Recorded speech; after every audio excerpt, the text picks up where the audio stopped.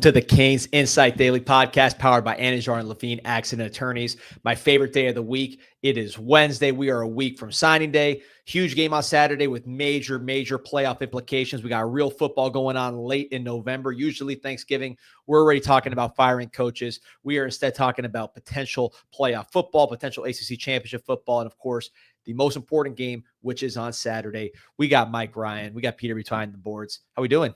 Pete, hop in. Come in there, baby. I'm here. What's up, fellas? Little birdie told me that we have a whole new graphics package. Yeah, getting very fancy, getting snazzy here on the Canes Inside podcast. You know, the team's elevated, so we've got to elevate. It's nothing too crazy, but I want to issue a thank you, a sincere thank you to our audience. Our YouTube numbers are growing and growing. Thank you for spending your Wednesday before Thanksgiving with us. I know typically a lot of people are probably clocking out of work early. Hopefully you're making us part of your commute home. Enjoyed my first year here thoroughly so far with the Canes Inside team, D-Money. It's been a year? No. I'm just saying we're approaching the end of the first regular season here, and we've got a massive game. This is everybody would have signed up for this right now. Your entire playoff future tied into essentially one game. If you don't win that game, I think you might see some arguments on message boards, but I'm here to tell you we're not good enough to make the CFP. We don't deserve the CFP if we don't win this game and punch our ticket to Charlotte. We've had precious few opportunities to get to Charlotte. We had one that we bowed out of unceremoniously. That would have been awesome. Miami versus Florida State. And we had one where Mark Richt tried like hell to avoid a shutout. So not a sterling track record. I'd like to clean that up. And I certainly don't want SMU winning an ACC championship in their first year, really cementing how embarrassing this would be for the University of Miami. It's all there for them right now, D, but this opponent does present some unique challenges for Miami. Yeah, it's a ball control type of offense with Syracuse. Watch about 5 of their games, and that's what stood out to me, and the stats back it up. You think ball control, you think of Georgia Tech running it, either the old style Georgia Tech or what we saw when we went up to Atlanta. But in fact, Syracuse is the total opposite, but very similar. They pass more than any team in the country. They're the most pass-happy team by percentage in the entire nation. That's FBS, everything, Power 4, everything else. But they're also top 10 in time of possession. The reason being, top 10 in third down conversion rate, as is Miami. Of course, Miami's number 1 in that category. So they keep the ball. They're not overly explosive. When you get to those 40-plus, 50-plus yard plays, they're in the hundreds. But 10, 20, 30-yard plays, third down conversions. They're very efficient. Kyle McCord, not the biggest arm, but very good timing, very good accuracy, good contested catch receivers. Does like to hold on to the ball, which is weird because he also doesn't like pressure, and those two things don't necessarily align. We called it accurately last week against Wake Forest. This was a D-line game. I'm kind of thinking this is also a D-line game. There's going to be the opportunity that presents itself to get home several times. Miami should make impact plays, strip sacks. We've seen precious few of those this season. But you mentioned that they like to control the ball and keep the ball away from the opposing offense.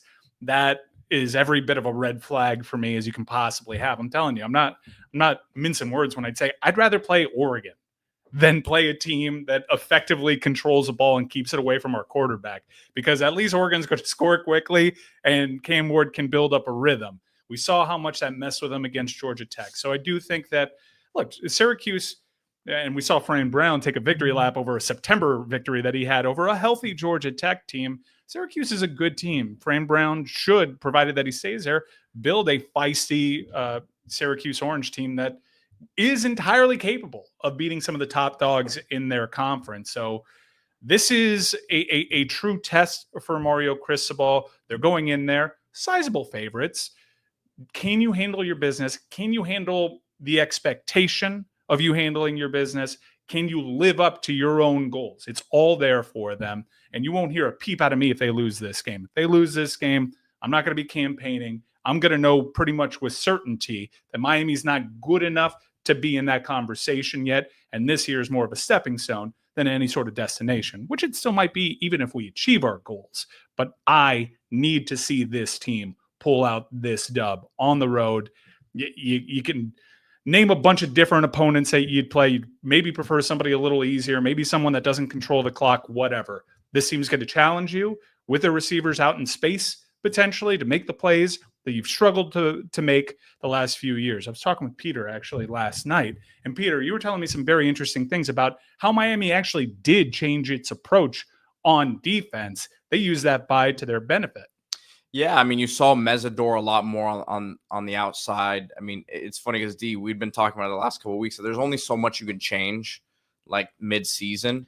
But with the personnel that Miami had, with the ability to move Ahmad Moten and get him more snaps, I think his size, we talked about. You really like him. I mean, those guys are so valuable at the next level. You know, they're thought of very highly in the NFL because they're not just, those guys don't fall off trees, big guys who can move like that. And he has the ability to eat up some space in there, right? So we saw that a lot more 3 linebacker sets, instead of 4-2-5, which I think was beneficial. But again, obviously it was not the best offensive opponent. So you would have to really see them build on that this week. But again, hypothetically, if they are able to put up a strong performance here defensively, then you have to feel like, okay, the corner is turning somewhat, because you could say it was a fluke from 1 week against Wake Forest, but I'm not going to say you're going to shut them out and only let them score 7 points, but if you do something that limits the big plays against a team who, as D-Money says, doesn't really have the explosive necessarily downfield, then you'd feel a lot better about your chances, especially getting, an SMU offense that similarly is going to want to throw the ball a lot. Yeah, and they are going to be explosive. It's interesting. I think you and I would both concede Syracuse has good wide receivers, but they're not good in the way of like streaking downfield, getting all sorts of separation. These are ball winners. Oronde Gadsden's a lot like his dad in that respect. Big catch radius, 50-50 ball. It's more like a 75-25. What scares you most about the Syracuse team? Well, just that on third down, right? If they're continuing to hit those on third down, our defensive backs have not been great in those situations this year. Frederic has had certainly the most positive moments there. This is actually a game where I think you miss Jadis Richard just because of his length. This is a game that he really is built to play. Obviously, you hate that he gets injured, period, but you really need him in a game like this because bigger, longer, maybe guys that aren't as good in transition, maybe guys that don't have the best speed but have size, are better suited in this matchup. Of course, Damari Brown working his way back in. We'll see if he's available. That one's still up in the air. So that would be something to watch. But certainly, to me, the DB game on those contested catches. So I'm looking at the AP top 25 right now, and top 25, it's a standard, but also rather an arbitrary number. I'm looking at this, and if I'm looking at the others receiving votes, Syracuse is the 28th team in the country. And I look at Miami's resume, and boy, there's a lot of that. In fact, if you look at the others receiving votes for Miami this season, right now, you have Syracuse in there. Right behind them is Louisville. One team behind them is Duke. You have Florida also in that mix, and you have Georgia Tech bringing up the rear in the others receiving votes. So there's a lot of Miami opponents right there. And it's interesting logic because right now, presently, as things stand, Miami don't have a ranked win. A couple things go their way this weekend, and they could have 3 ranked wins that they've had this season because Florida's right there. Louisville, hopefully they take care of business against Kentucky, an SEC opponent there. So probably 2. Maybe they should lose to Syracuse to make that a quality loss. I don't know, but I do think that the top 25, we're at that time of year where everyone's comparing resumes. And I think that the shots that you can take at Miami's schedule are fair, but they can turn on a dime with this weekend and its results.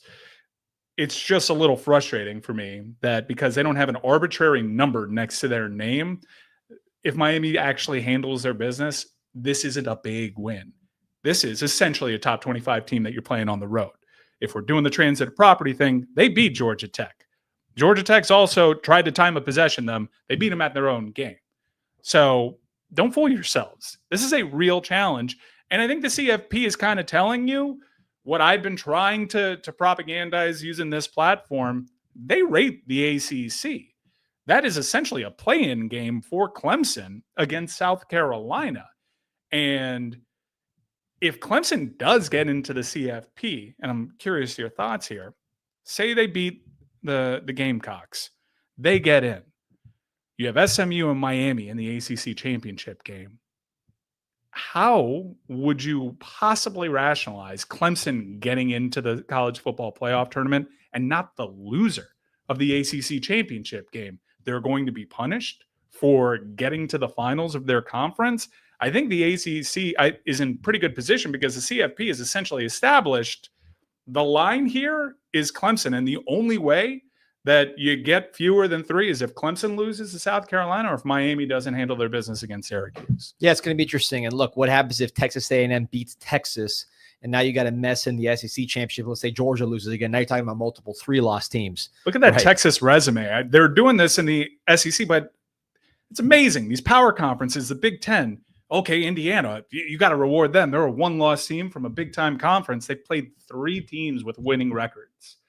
Texas has a weaker resume than we do. They also beat up on Florida, and you could say, but they beat up on Lagways, Florida. No, they didn't.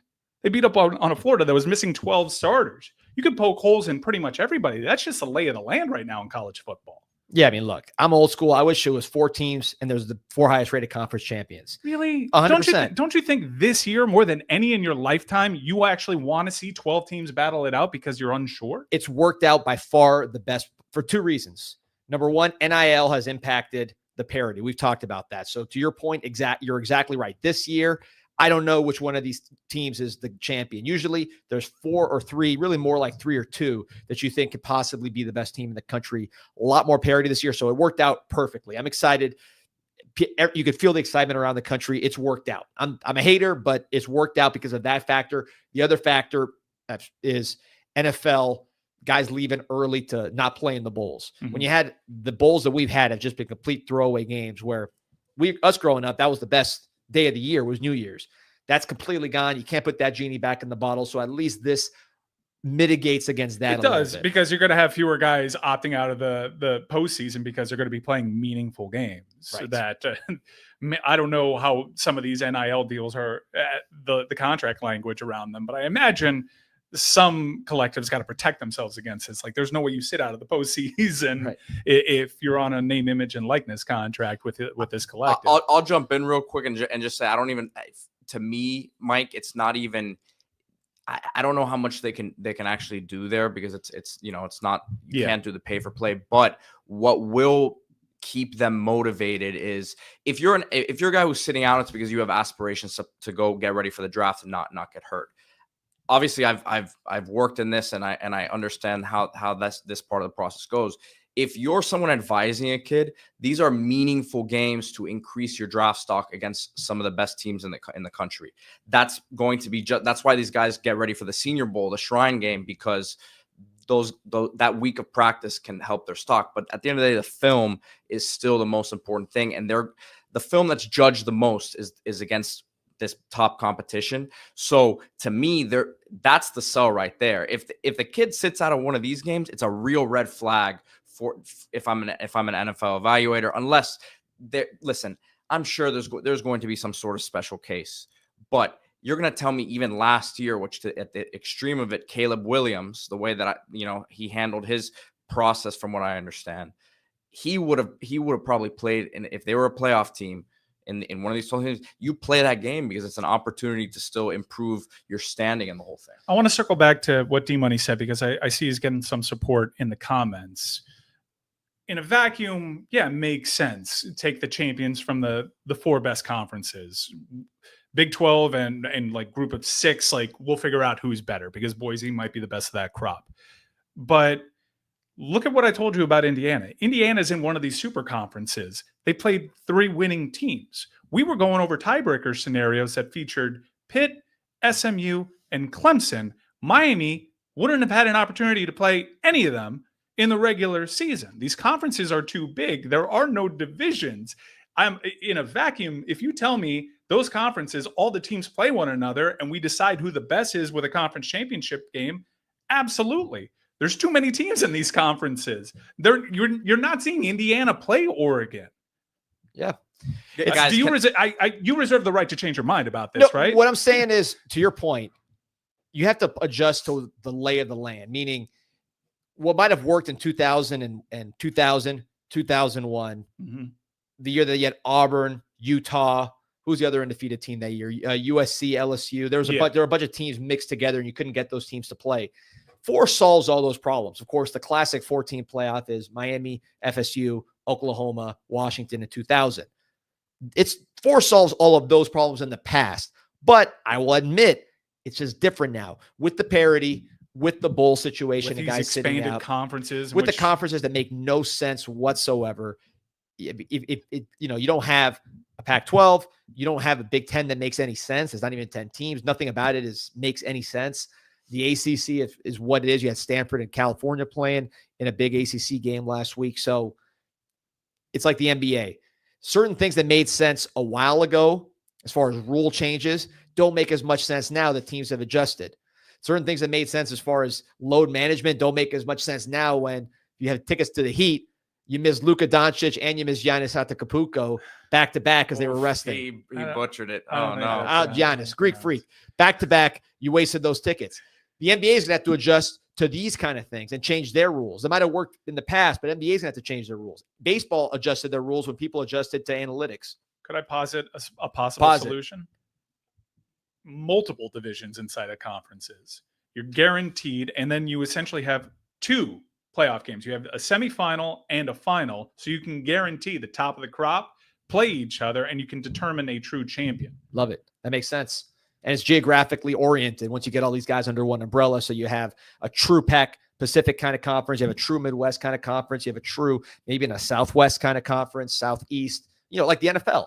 I mean, what the NFL does truly makes the most sense for college football because you're going to get that regional flavor doing it the way the NFL does, which is geographic. That's to me kind of where this all ends up in a perfect world, because if you had Texas A&M, Arkansas, Missouri all together, that makes sense. Mm-hmm. If you take the best of that group and you face them against that Louisiana region. Yeah, it does make sense. I mean, I'm sure coaches don't love the idea of I got to prepare for 2 opponents. I have no idea who it's going to be, but it's an imperfect system. I do think that we're getting better, and I do think that we should congratulate ourselves for getting better. In retrospect, a lot of things about the old way are good. Hell, I'd be down to use the BCS to identify the top 12 playoff teams because of what I'm so worried about entering conference championship week next week, which is you can say all the right things. You can say we are not going to penalize the loser of the conference championship game. But ultimately, it's humans making these decisions. And I got to tell you, humans are not perfect. The human error in all of this, like, how is that really going to land with a team, with a CFP committee, if Texas A&M makes it to the conference championship game inside the SEC and gets demolished by 45 points? These are scenarios. What if their quarterback gets hurt? Then you got to punish them, right? You punish Jordan Travis. It's dicey. It's imperfect. But I do actually think we are getting the seeds of progress and somewhere closer. However, when it comes to this sport, it could be totally different. We can have a super league in 6 months. Who knows?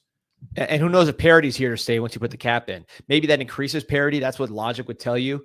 But when SEC starts cheating again, if the NCAA is back to protect them, now you're going to get the situations you had before when you really didn't have 12 teams that were worth watching in a playoff. So, Matt Reyes says, Mike finally making sense. there you go. It's a backhanded compliment, but we'll take compliments. I'm thankful for you, and please. Kane's enjoy your Cats Thanksgiving. Heat305 says exactly Mike as well. I wanted to bring up the bracket as of right now, just hypothetically, guys, because Yeah, everyone's getting excited about this path. no, listen, we understand that so much is going to change, but in a perfect world, I would love this side of the bracket compared to the other side. Big time. I feel like a lot of people are telling on themselves and showing you their cards as to how much they actually rate Miami.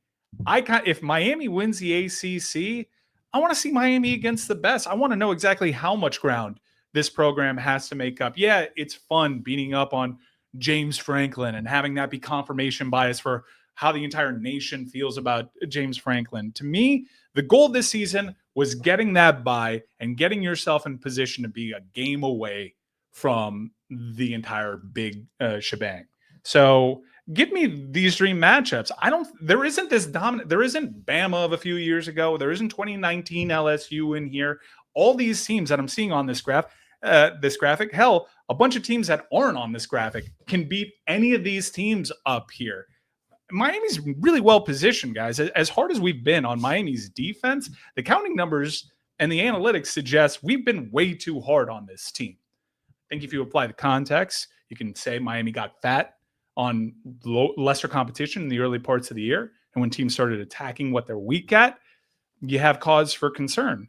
But Miami and Tennessee in that college football playoff mix in this graphic right here, they're the only two teams that are top 15 in offense and defense. If I tell you in a vacuum, you have a top 15 defense, that defense is good enough to win a national title. Look at the history of the CFP. Look at these scores. You're going to need a Cam Ward big performance to win these games no matter what. You got Georgia putting up 65 points in college football playoff finals. You need an offense to score. These totals go way over historically.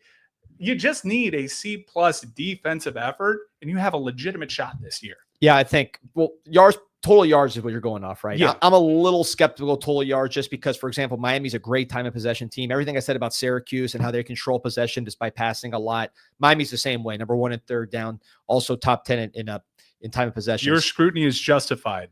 I think you're absolutely right there. But there are encouraging stats on yards per play. 34th. I just pulled it up right now. It's definitely better than what you would perceive if you just watch conference play, which Miami, and this is important, has been very much worse in conference play than they were in non-conference for the most part. But I do wholeheartedly believe that the conference is underrated on the whole.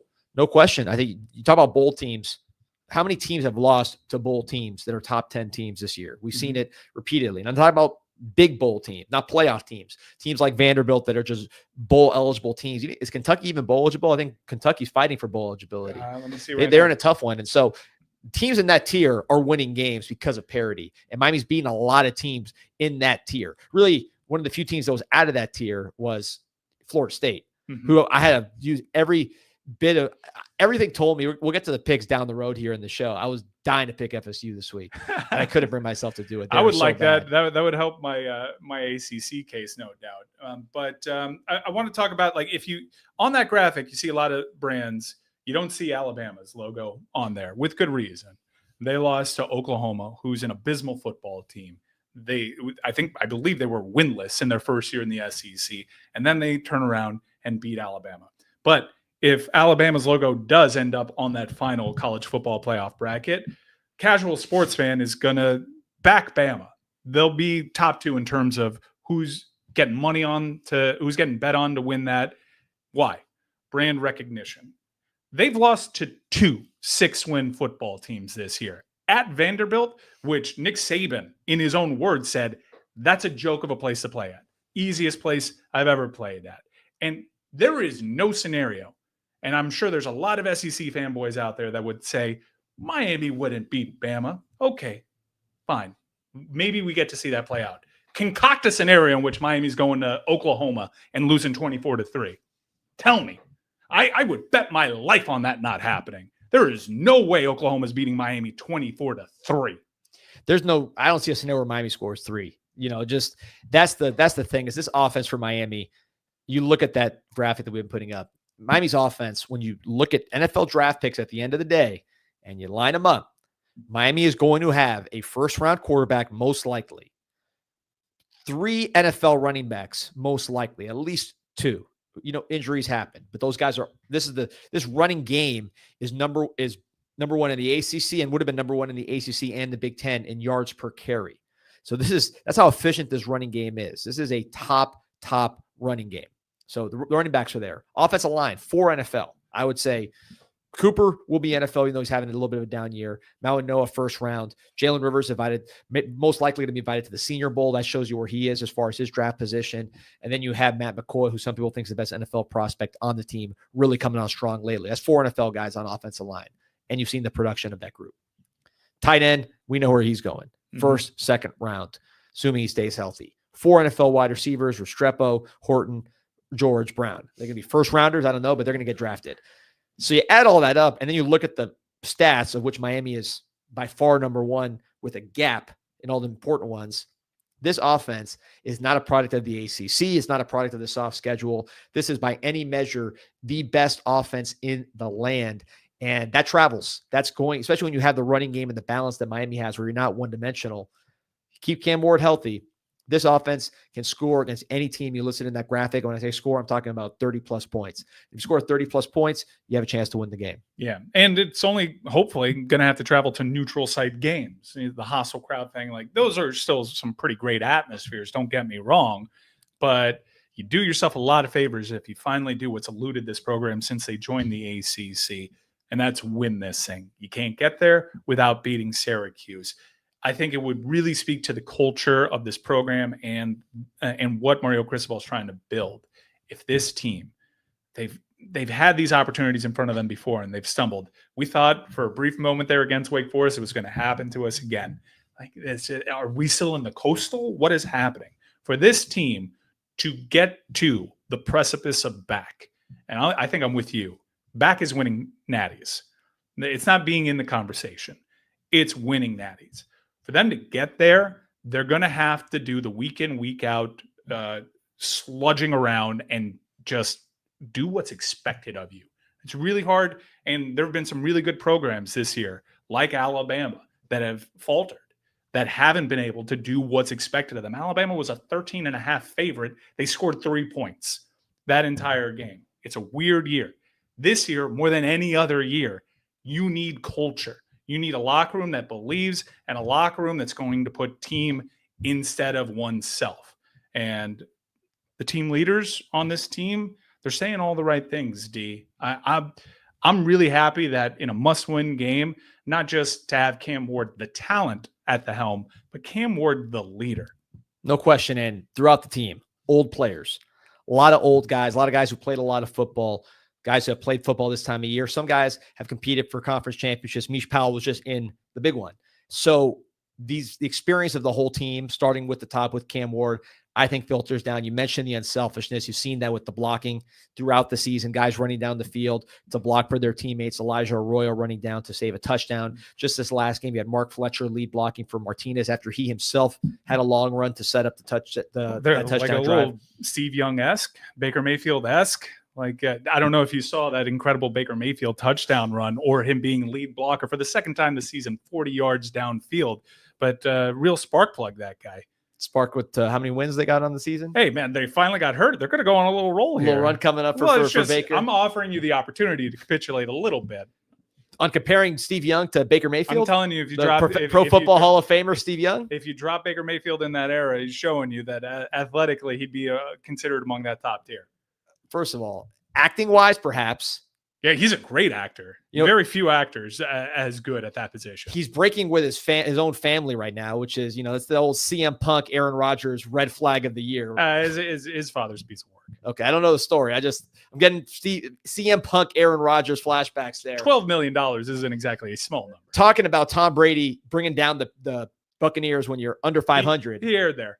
Okay. So we'll see where it goes with Baker Mayfield and you're Steve just Young highlighting when going through Miami, you were just highlighting characteristics that you really admired. I'm like, wow, all of this is in. Yeah. You notice I didn't list acting performances in commercials. That was not in my criteria for great quarterback. If it were, he's top of the list. He is actually great He's actor. Great. He's that was phenomenal. A great campaign. So phenomenal. You won't capitulate here. We've reserved the right for you to capitulate on the 12-team playoff, which I think you will. Yeah, what you've said is true. As far as this season and what's happening right now in college football, it makes sense. Now, the next evolution, who knows if it's going to still work. Yeah, it's hard to imagine the number going down. Yeah. That's typically not how these TV products go. And is the parity going to stay the same? Because right now we have NIL. We don't have this house settlement deal to worry about. You have a situation where the parity is so fundamentally different from what it was 5 years ago. 5 years ago was like the peak of Alabama, Georgia, and Ohio State having everybody. Mm-hmm. And the other teams not being able to compete. Now it's total opposite. So I don't know how that's going to play out. But listen, if you talk about right now, everything you're saying is true. I'm glad we have a 12-team playoff for this field with the no bowls, because that no bowl thing was brutal. Yeah, it would just be hard for Miami to get in for. I think if they win the ACC, then you slot them in top 4. But you understand the narrative that's been around Miami right now. And yes, they're in a better position than Clemson and SMU. I will concede for all the issues and baggage that come with that. it is the strongest brand inside that conference, or at least very top tier. So it would help them there. We're seeing it help them right now. It really isn't a solid argument to have Miami over SMU, right? What's the argument to have Miami over SMU right now? Like resume wise, I think SMU's got us. Like, they certainly have the better loss. I'd say equal resume. Miami looks like a better team, and they have the different quarterback. Like, they can point to like, well, we had our struggles when we had a different quarterback. Like, they've been pretty immaculate. I think I think the quarterback thing. I was actually talking to an SMU fan yesterday. Shout out Marcus DeViti. He went to SMU and he played football, and he was telling me that Jennings just has. I mean, that 6 turnover game, whatever it was against Duke. I think the consensus from their fans right now is they still don't trust their own quarterback. Yes, he's winning them these games right now, but I think the perception is that Miami at the quarterback position is way stronger. Nothing will shake your faith. Yeah. Nothing will shake your faith quite like a 6 turnover game. I get that, but I'm sure he feels a lot better about it than Preston Stone. So that's my point. Like, SMU's resume right now, like Miami, you're seeing the strength of Miami's brand in that they're ranked ahead of SMU because people are not exactly sure about SMU. I think SMU has a better resume presently. We'd be the favorite betting wise. Yeah. So I think when you have about 3.5. Yeah. So that's about right. So when you have 2 teams that have the same record, both with a loss to a team that's not that great, I guess SMU's loss. They lost to BYU. Is better. It's a better loss. Is BYU that much better than Georgia Tech? Like, if Georgia Tech played BYU right now, is that like a? I don't think BYU lost to Kansas. So. Yeah, like, I don't think that'd be a major difference. So I'm saying I hear what you're saying, but when the resumes are close like that, you look to the better team. And I think outside of this room, obviously we think Miami's a better team, but I think outside of this room, people think Miami's a better team. They would be the betting favorite in that game. I've got loads of respect for SMU, and you can say what you want. And I hope that it is written in the stars that we get to preview that game, because the juicy storylines there are aplenty. That is a great game, and Miami fans have a certain opinion of a lot of key players on that SMU team. That team is good, dude. I've watched them week in, week out, expecting them to get ACC'd, and it hasn't happened yet. They are going into tough spots, and for a young team that just came together, and that's a lot of new pieces that Rhett Lashley has had to wrangle. A lot of guys that weren't good culture guys here at Miami, by the way, and he has made it work over there in really impressive fashion. SMU was really wise to lock Rhett Lashley up, and again, he's pounding the table for the ACC propaganda out there, and I love him for it. Listen, we're getting ahead of ourselves. We're trying to go 1-0 this week. That's right. So I got to bring it back. First, talk about some folks that go 1-0 every week, and that is Islas Canarias. It is Thanksgiving tomorrow. Wednesday, by the way, Wednesday, what a going out day Wednesday is before Thanksgiving. Probably the best going out night of the year historically. Everybody's back in town. Everybody's got work or school. You going out off tonight, Peter? No. Yeah, I'm not either. But when you're young, is the best going night of the year, the Wednesday before Thanksgiving. But anyways, Thanksgiving's going to come. It's going to creep up on you. Get your last minute shopping in for Thanksgiving, or get the plan ready for Christmas or whatever holiday you celebrate. Islas Canarias, authentic Cuban cuisine, the absolute best Cuban food in the world. Multiple locations, all great. You want to go out west to the flagship. They got it at 13695 Southwest 26th Street, 3804 Southwest 137th Avenue. Holiday sales, you can get the big bunches of croquetas, of empanadas, whatever you want to take to your function, show off, impress everybody, make everybody happy. You don't have to cook a thing. Or you can go to the Dayland Dining Pavilion. If you are further north in the east side of town, Dayland will take care of you. Islas Canarias Express, right there in the food court. All 7 types of croquetas, the classic ham, the kimchi, the chickpea if you're adventurous. But again, people are saying chickpea croqueta, we stick with the classic ham. They got 3 classic hams for you there, and plenty more. So Islas Canarias, that's what's up for your holiday. I would like to talk about the college football playoff one more time. Malik is asking, we covered it a little earlier. Malik Rozier is asking, thank you for your service, Malik. Great quarterback for the Miami. Gave us so many great feel-good moments in 2017. Last person to play in this ACC championship game, too. I do think that the CFP has kind of told you that the winner of this game between Clemson and South Carolina is in good position. It's funny. It reminds me of a conversation that we had last week where we were trying to identify the best team in the SEC. None of us picked Georgia. We picked Ole Miss. I picked Alabama. He picked Alabama. I picked Texas A&M. You want to know the record straight up last week? Take a wild guess. They went 0-3. Telling you, there's a lot of warts on this conference right now. Like usually you could count on the good teams to beat the bad teams. You can't do that anymore. That was never a thing, by the way, inside the SEC. I am really bewildered by how the narrative shifts. People explaining, well, that just shows you the strength of the conference, that a team like Oklahoma can beat Alabama. Hold up. Never. In the 20 years that we've been gassing this conference up, is the winless team inside the conference beating the likes of an Alabama. Never. They're just rationalizing on the fly right now. Again, simultaneously, it is possible to be the best conference in America and wildly overrated. I hope the ACC handles business this week. And when we get to our game previews, you'll see a little theme there because as Rhett Lashley identified in his presser, because that guy is totally worried he's going to get shut out if he loses in the ACC championship game. He's got to be worried about a Cal team. That's a 13.5-point spread that I think Cal can fall inside. But Miami's got a winning record. The ACC's got a winning record against the Big Ten, the Big 12, and they have an opportunity. I think they have to go 3-1, but they have an opportunity to go over 500 against the vaunted SEC. There's a lot of truth to what I'm saying about the overall strength of the ACC. They just don't have this big media machine. And why would the media machine feed it? Because they're really heavily invested in the other two conferences. Yeah, talk about Oklahoma, which of course was a big ticket ad for them. This is not the Oklahoma team that you saw in the Big 12. And that's not just because they're playing against Big 12 teams. I mean, if you look at the talent on this Oklahoma team and say who's going to the NFL on that offense, it's not going to be a very long conversation. Whereas in the past, Oklahoma was quite similar, quite frankly, to the Miami Hurricanes with the way we have our talent sort of front loaded on offense more so than on the defensive side of the ball. So yeah, to lose to that Oklahoma team, I think is pretty telling. And Ole Miss, man, I hate Ole Miss. I've always picked against Lane Kiffin. I've always said he's soft, chokes in big games. You believe. Has a horrible culture. And then I started believing for 1 second, and the Gators win. Now they got all this recruiting momentum. The one time we need him to win, he can't get it done. Yeah, the Gators win. It's quite honestly Miami's best win on the season right now. And it's funny. Miami, you'll always hear, well, Lagway didn't play. Yeah, Lagway did play. He played a considerable amount. Well, he didn't plan for Miami. Okay. What are we doing? I've seen Lagway lose before. No, but he doesn't lose games that he finishes. I'm like, that's part of the deal. Like, he gets knocked out of games. It counts against him. Like, don't tell me they win that game against Tennessee. You're just making things up right now. You don't know that for sure.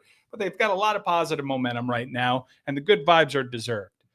They better not lose to Florida State because that's the way this yo-yo swings with teams that are on that fringe. And that's a team that's getting a lot of rat poison that I don't think is equipped to deal with it. Corch Novell, you've got one job here, and that's to bring this Florida Gator team back down to earth. Can you do it? It'd be one of the few times that I'd be happy to see this team win. They looked good last week against Charleston Southern. They really did. That was a really impressive effort. Not enough push at the line of scrimmage. Forgive me if you guys covered this. I'm sure you did. We're getting some comments about it. The Maxwell Award. I'm sure the takes are flying in hot and heavy. I think it was a bit ridiculous, absurd, to say the least. Where did you fall on that? I mean, I'm getting old. So these are things that I look at it like it's good for motivation. I think back to Gino Torretta, and I got 92 on the mind because Miami's playing Syracuse here late in the season with national championship aspirations. Brings you back to that 1992 Miami-Syracuse game. We'll talk about it in a minute. I made a post about it on Canes Insight, 7 million posts and counting. But that year, Gino Torretta won the Heisman, played against Alabama, did not play his best game. Offensive line was a problem. There were issues, but Gino Torretta did not play his best game as the Heisman candidate. Go back to Vinny Testaverde when he won. We all know what happened that game. Probably the worst game he ever played on a big stage. So the Heisman and all these awards can be a distraction, and the flip is true. The motivation from getting snubbed can be something that propels these players. Obviously, I want Cam to win everything and have everything that he dreamed of having. The most important thing is performing every single game. And to me, the first thing I thought of was snub, motivation, things of that nature. But as far as the player, everybody knows there's three players that stand above everybody else this season. Cam Ward at quarterback, Ashton Jeanty at running back, Travis Hunter at wide receiver DB. People say Travis Hunter's stats aren't good. Travis Hunter is ridiculous. Come on. He's going to be a top 3 pick for a reason. He's doing things we've never seen. So those 3 are the best players. Cam's position is the most impactful to winning because he's a quarterback. And by the way, Miami has had their best season in almost 20 years with him a quarterback. So those factors traditionally lead you to be the Heisman Trophy winner and the star of college football. I think he lost some momentum, obviously, with the Georgia Tech loss, even though he didn't have a horrible game. He'll get some back if you can win this one, put up some numbers, and win against SMU if you get there and put up numbers. So the Dillon Gabriel thing is a little interesting to me in that if they have more playing quarterback for them, they're probably in the exact same spot. There really hasn't been many moments watching Oregon this year, and I've watched them a little bit, where I'm like, wow, Dillon Gabriel, you delivered for your team. You pulled them. You were the reason your team won. Week in and week out, Cam Ward is the reason why Miami is winning. There's way more on his shoulders. Dillon Gabriel, if you look at the counting stats, falls well short of Cam Ward. If you look at individual game logs, his best game is an average Cam Ward game. So what are we rewarding here? What are these voters that come up with these finalists for this award seeing? Are they valuing? Did Cam just blow it? If he loses, is it a win-loss thing? Did he blow it by losing to a team that used 2 quarterbacks, 1 to throw, 1 to run? I don't really get it. Hopefully he uses this as fuel, but you see something like that. And what really bothered me about the Maxwell list is I'm like, this actually spells even worse news for Cam and this Heisman, which I think is unfortunate. You would have thought with Travis Hunter losing, maybe that loses some momentum. No, not at all. Huge, heavy favorite. Cam Ward plus 1,000. So maybe Cam Ward can close the gap. Final votes are due, 2 days after conference championship week. Colorado's probably not going to get that opportunity to play in a Big 12 championship game. Genty, phenomenal player. Pete, I know you rate him. I know plenty of people do. He's a phenomenal talent. Phenomenal talent. Look at the defensive ranks when it comes to rush defense. Now, you could argue maybe they're bad at rush defense because they went up against Genty and he did a number on them. But there is like one good rush defense that he played, and that team was Oregon, and they held him to 118 yards. So I think, or thereabouts, that wasn't like a huge, big-time Heisman moment. I think that you can poke holes in all these guys, and ultimately Cam Ward is going to have the biggest game of those 3, certainly, on maybe a primetime window against SMU, hopefully, if they handle their business against Syracuse. And that is going to be his moment to claim that trophy. And hopefully he's judged on his ability to bring Miami back to the CFB, back to national prominence, to win an ACC and undo 20 years of bad juju we've had in this conference. And let's bring it back to Syracuse here because I get nervous. I'm doing it too. Yeah. Looking at the head to SMU. In the Cam Ward context, he's got a chance to put on a huge show in a dome. Everything's over if they don't win this game. Right. And he could boost himself in this game too. Mm-hmm. It's not like this is a great defense. He will be able to put up numbers and bad corners. So here's the book on Syracuse's defense. They're probably the worst rush defense I've seen. I have to go back sometime. I don't watch every team, every game, but a team that I've actually sat and watched, they're the worst run defense I have seen. I mean, they're not just weak.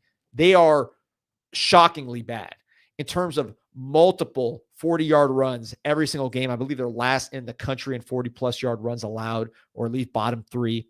They're in the 120s in yards per carry allowed. And again, most of this is of the explosive variety. The big runs have really hurt them. Boston College put up 300 rushing yards, just totally, ran over them. UConn had a long run against them. I mean, these guys, it's a combination of small defensive line, small front 7. They're all small, lacking speed, bad tackling on all levels, bad angles in the secondary, and low effort. You're seeing a lot of guys just like spin out of piles, go for long runs. I mean, it's just this defense against the run is truly, truly awful. So from a Miami standpoint, I think you need to force them to bring that safety down.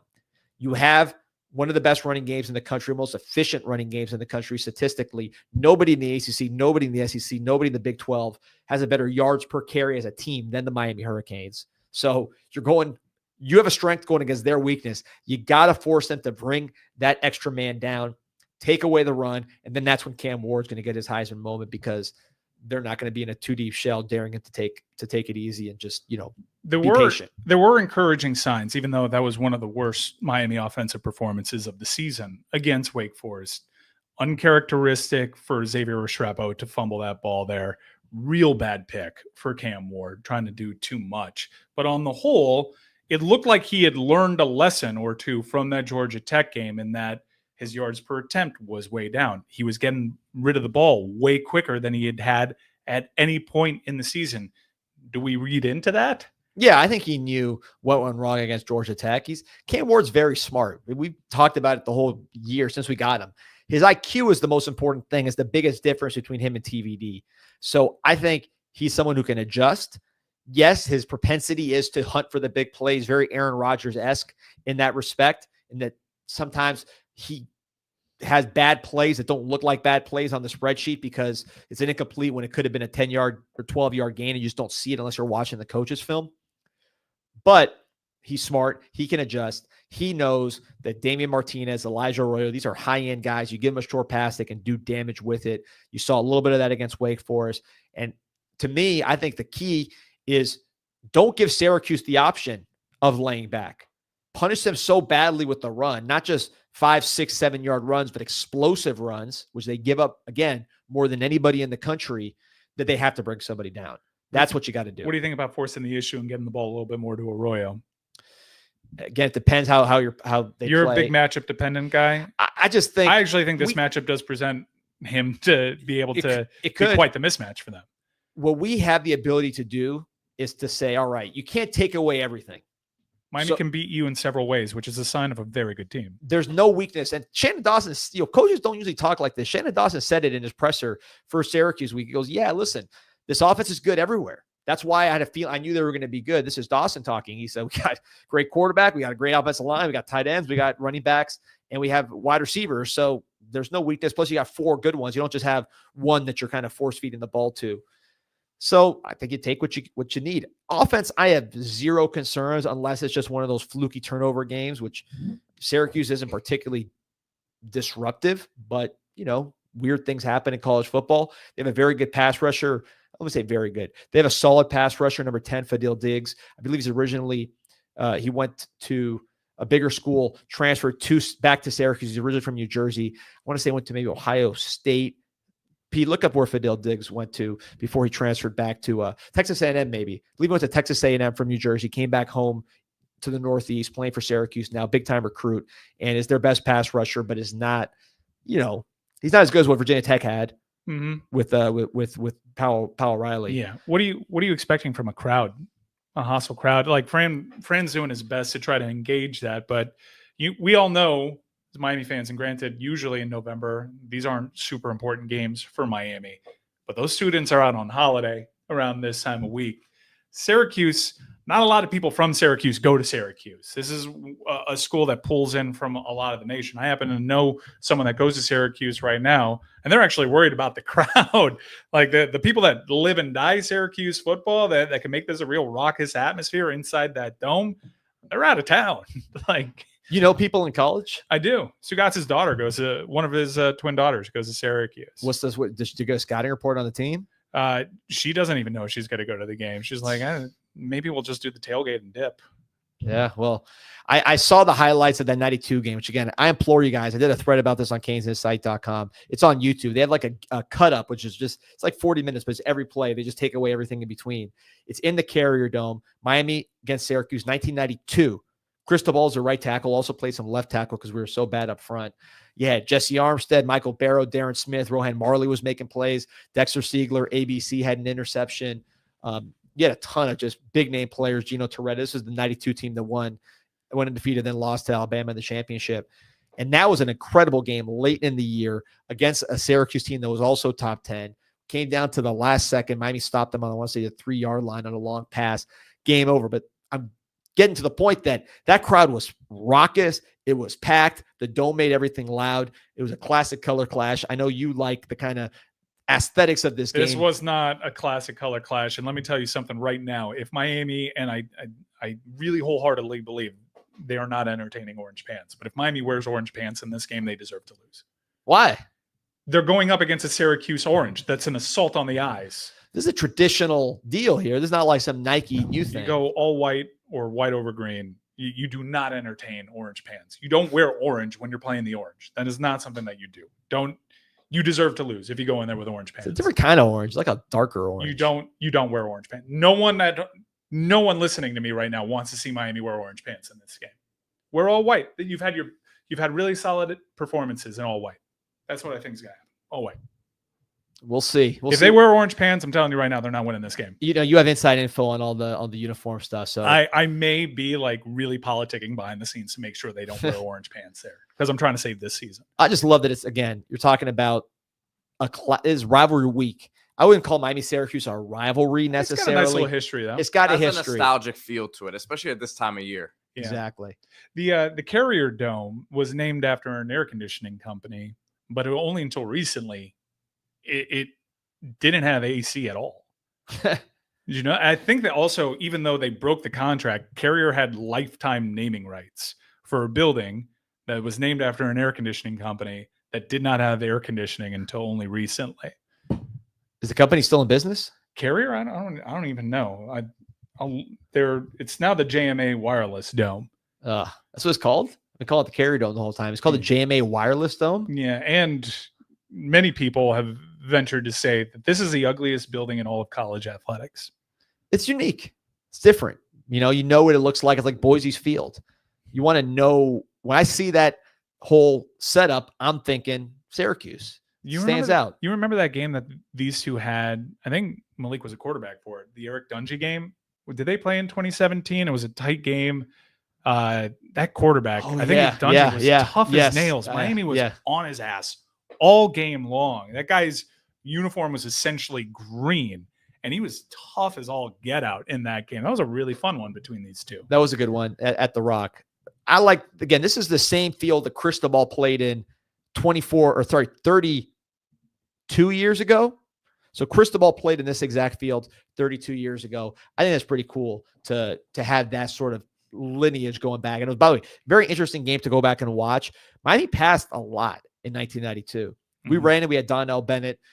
We had McGuire. We had Larry Jones. Bigger backs on that particular team, similar to what we have now kind of with Fletcher and Martinez. I actually think we have better backs now. Our offensive line is way, way better than that team. It's like not even close going back and looking at those offensive linemen and what we have now. Conversely, that front seven is all pros and monsters. I mean, you're talking about all three linebackers made the Pro Bowl. You had a young Warren Sapp starting to take over and dominated that particular game. You had Mark Caesar, Darren Crane. I mean, you got a lot of really, really good players in that game. It was really fun to watch, but that was the thing that jumped out when you watch it. You say, listen, the style of play, Miami was very ahead of his time, throwing the ball a lot. That wasn't that much different. It was offensive line strength now, whereas that team had very much a front seven strength that we don't have now. They've had memorable results. Wasn't this like didn't Butch and the Canes get really embarrassed by Syracuse before beating UCLA in that hurricane postponed game? I think they beat Ken Dorsey.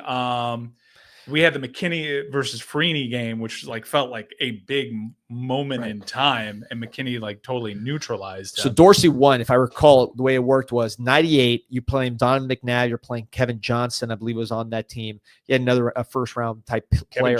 Kevin Johnson. Wow. Yeah, the Browns. You're a Browns fan. Yeah, caught the Hail Mary on the Browns' first win back in the NFL. So he was there. Don McNabb. I want to say there was another. Not Freeney. There was another guy that was a really big player for him. That team. They beat Miami pretty bad. Miami had a chance to advance and win the Big East. No, was it? I don't think so. I think Marvin was out. Yeah, I think Marvin was already a pro. So, but that team, Miami had a chance to win the Big East that year. Got destroyed by Syracuse. Back to the drawing board. Then 99, Dorsey came in at the end of the year and destroyed Syracuse. I want to say it was a complete blowout. Syracuse was missing a lot of guys from that McNabb era. They were kind of on their way down. Had a little bounce with that Freeney year. Of course, Miami took care of them. So, yeah, there we go. 1990. Yeah, 1998 in the Dome. I appreciate Syracuse fans in the comments. That's a true fan right there. Oh, Q's 44. Do it in advance. Yeah, I wanted to bring a comment. He's been commenting for a while. Appreciate that. He has Miami winning 38-31 as well. So he was welcoming us back to the Dome, though, is what he was doing. It's been a while since Miami's been at the Dome, no doubt. When's the last time we played up there? Jeez. Here's his comment. He said, "Welcome back to the Dome, Canes." So Yeah. Let me know if we're correctly analyzing Syracuse there. Appreciate you, Q's44. Everybody listening who's not liking and subscribing to this podcast. We go every Wednesday for a long time with Mr. Mike Ryan. We've been doing daily recruiting stuff.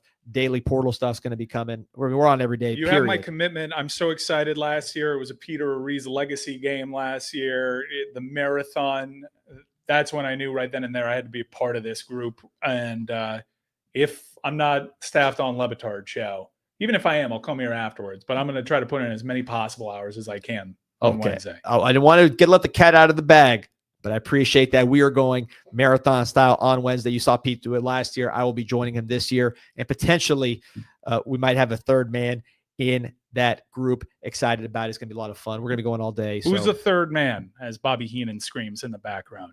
Yeah. I think we kind of already know. It's me. It could be. I don't know. Who could it be? We're gonna have guests, though, right? We're gonna have people popping in. We're gonna have Peter Ruiz pretending to go to the bathroom to get some. Pretending to be on a phone call to go in the bathroom. We're gonna have all the good stuff there. Someone in the message in the messages right now mentioned DJ Volume, and I have to get this off my chest. All right, I don't know if it was DJ Volume. Maybe you were out, DJ Volume.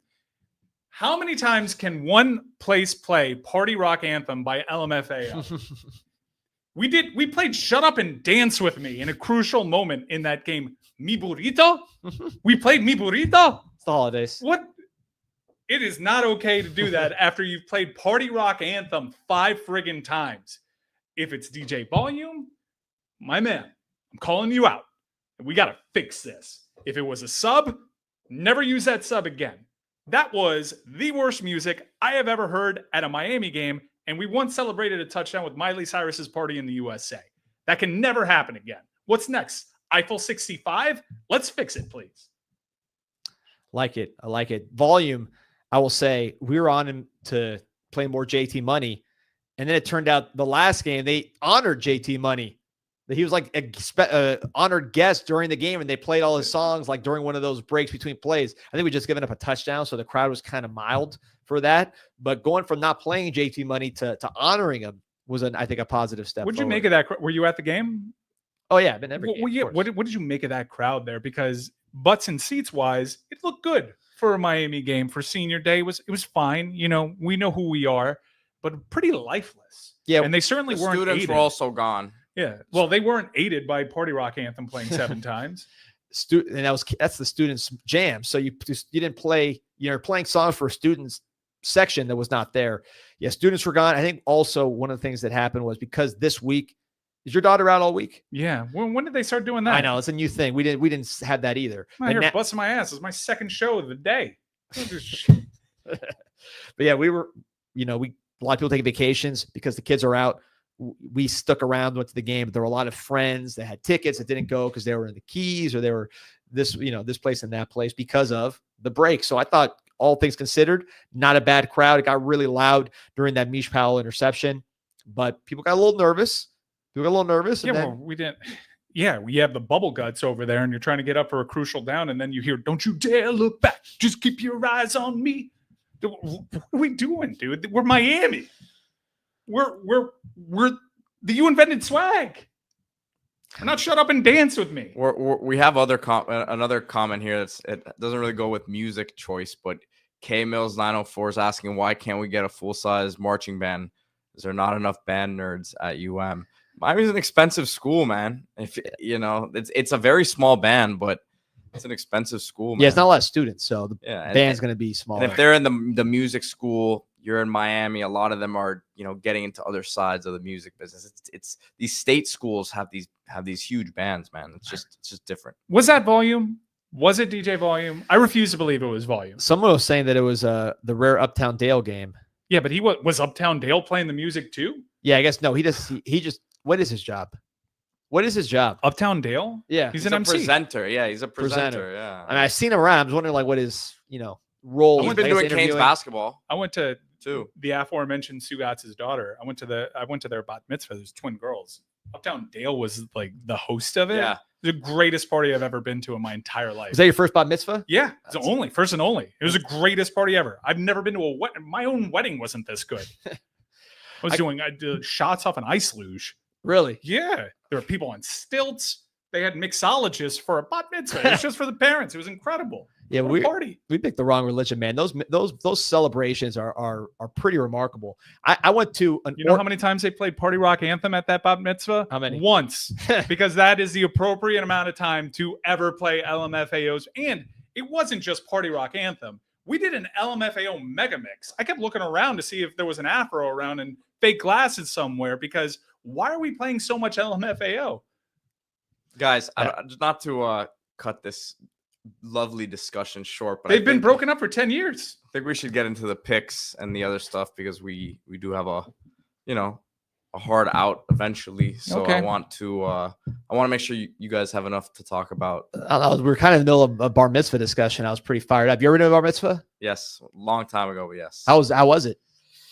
Man, I was young. I was probably 8 or 9 years old, so I can't say I remember much about it. I went to an Orthodox bar mitzvah, and I was expecting something real kind of like low key, because Orthodox, you assume, you stereotype and you say it's going to be low key and boring. What time of day was it at? Oh, it's during the day. But so they had Blue Label at the bar all over the place. They had these amazing cushy seats. Now, the woman had to sit up top in very uncomfortable wooden chairs in a kind of a coop setting. So my wife was up there kind of cooped a little bit, but I was down on the floor with like 10 of my new best friends lounging, drinking Blue Label. I drank at the time and loving life, man. So shout out to the Orthodox community. You know how to throw a party. We got to step our game shout up. out to your wide receiver that played for Texas A&M the other day. Did you see that? No, an Orthodox Jew played for Texas A&M. A walk-on wide receiver is the only game that he was ever allowed to play in because of his religion. He's not even available to dress most of the time. Sam Sauls, I think. Yeah, Saturday. That's a tough one. Wow. Yeah. Good for him. Yeah. Shout out Sam. How many times did they play Shut Up and Dance with Me at this bar mitzvah that you went to? I think they play more traditional stuff like Ofra Hazi. I want to say was played quite a bit. More of a traditional setting. The rabbis sing also. They all have beautiful voices. So I think singing's part of the culture. So there's a lot of like amateur singing going on, but better than what we were hearing at the Orange Bowl. In fact, I want to get their records and give them to DJ Volume because it's a little more inspirational than what we're getting here. I DJ Volume, for your sake, I hope this wasn't you, because I want to like you. I DJ occasionally with my spare time as a hobby. I don't want to be taking somebody else out, but dude, Party Rock Anthem can't be your go-to 7 times. What's next? I'm going to be there. It's third down. And you're going to play Ace of Bases, The Sign. Oh. I need to get a fire lit under me. That crowd needed you. Needed you, and we let them down. That's a good idea, actually. Some Ace of Base. Why not? I would do Don't Turn Around instead of The Sign. That's a bad song for our DBs because that happens too frequently where they fail to turn around with the ball in the air. But shout out to Ace of Base and all the Swedish pop sensations. Per capita, the best country for music. I mean, it's beyond. They've written pretty much every single pop hit of this era. It's the mathematical precision of the melody. So it's just like every bar matches the other one perfectly. And then the lyrics fit in there. That's why, like, if you listen to like NSYNC or Backstreet Boys or these old kind of pop songs, the lyrics don't make any sense because it's a Swedish person trying to speak English. It's like Ain't Nothing But a Heartache, that song. Yeah. It doesn't really hit me baby one more time. Like that's not how an American person talks. Don't want to ever hear you say I want it that way. Right. It makes no sense. It's a Swedish person using English lyrics. And of course, the classic Swedish melodies for which they are famous. I mean, they've written everything. Bon Jovi, It's My Life, is Max Martin, the same guy that wrote all these boy band songs. That's why it was so melodically powerful. Peter's trying to get us to the picks. No, you got a big fancy graphic package. No, that has nothing to do with it. Is that we have our Syracuse interview after this? Okay, yeah, for the show. And again, I'm just trying to be the good producer back here. That gives you guys the buffer. Track. Yeah, thank you. Because for as unhinged as the conversation as you guys were just having, was that unhinged? I thought it was pretty hinged. Unhinged, maybe off track. I would say it only gets more interesting here moving forward. I want to make sure you guys have the space to express yourselves. Okay, so. Pete, get us on here. All right, so picks. I didn't like that tone. Hey, that's all right though. You need to be a little bossy. You're bossy when you're producing, aren't you? You want to look at the season record first. I have an objection.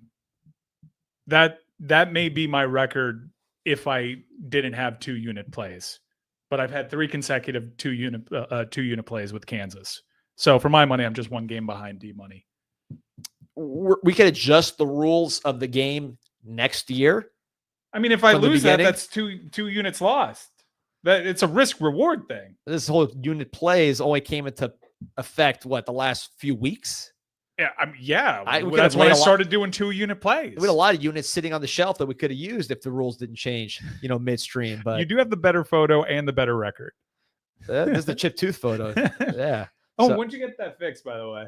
Shout out to Miami Cosmetic Dentistry out there in Tamiami. Are they a sponsor now? They should be. That place was stop packed. shouting them out. My wife was giving me. She's like, "Oh, you're going to get it fixed in Tamiami." My wife's like an anti-Cuban Cuban, so she was mad that I was not getting it treated in Miami Beach, and I was in Tamiami getting my tooth today. She thought I was going to get something ridiculous, but they did a great job. Shout out to Miami Cosmetic Dentistry, Dr. Ziegler out there in Tamiami, took care of me. I'm very disappointed with this inaccurate record. Number one, because it's inaccurate. Number two is because I have a winning record everywhere.